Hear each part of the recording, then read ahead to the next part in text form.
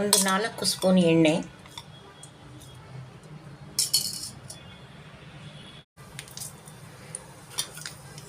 ಒಂದು ಚೂರು ಜೀರಿಗೆ, ಉದ್ದಿನಬೇಳೆ, ಕಡಲೆಬೇಳೆ,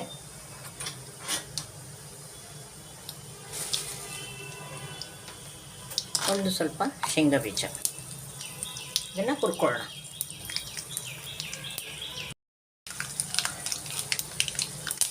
ಕರಿಬೇವಿನ ಸೊಪ್ಪು, ಹಸಿಮೆಣಸು,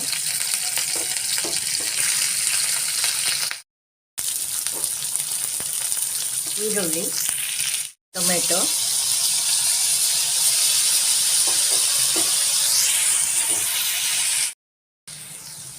ಇಂಗು,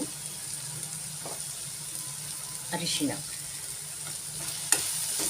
ಈಗ ನಾವು ಮಾಡ್ತಾ ಇರೋದು ಅವಲಕ್ಕಿಗೆ ಒಗ್ಗರಣೆ, ಆದರೆ ಇದನ್ನು ಪೇಪರ್ ಅವಲಕ್ಕಿಗೆ ನಾನು ಮಿಕ್ಸ್ ಮಾಡ್ತೀನಿ. ಸಕ್ಕರೆ, ಒಗ್ಗರಣೆಯಲ್ಲಿದ್ದಂತಹ ಟೊಮೊಟೊದಲ್ಲಿದ್ದ ನೀರಂತ ಬಾಡಿದೆ. ಇದನ್ನು ಆಫ್ ಮಾಡಿಕೊಂಡು ತಣ್ಣಗೆ ಮಾಡ್ಕೊಳ್ಳೋಣ. ಒಗ್ಗರಣೆ ತಣ್ಣಗಾಗಿದೆ, ಅವಲಕ್ಕಿಯನ್ನು ಕಲಿಸ್ಕೊಳ್ಳೋಣ. ಈಗ ಇದನ್ನು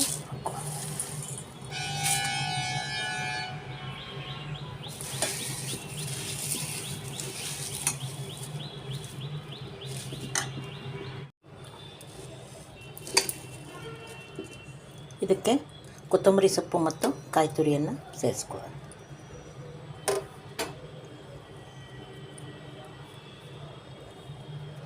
ಇದನ್ನು ಚೆನ್ನಾಗಿ ಮಿಶ್ರಣ ಮಾಡೋದು.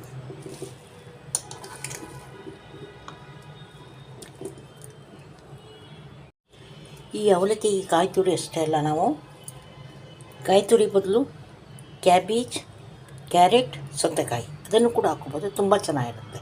ಈ ಒಗ್ಗರಣೆಯನ್ನು ಕಾಯ್ದಿಟ್ಕೊಂಡು ನಾವು ಬೇಕಾದಾಗ ಅವಲಕ್ಕಿಯನ್ನು ಕಲಿಸ್ಕೋಬೋದು.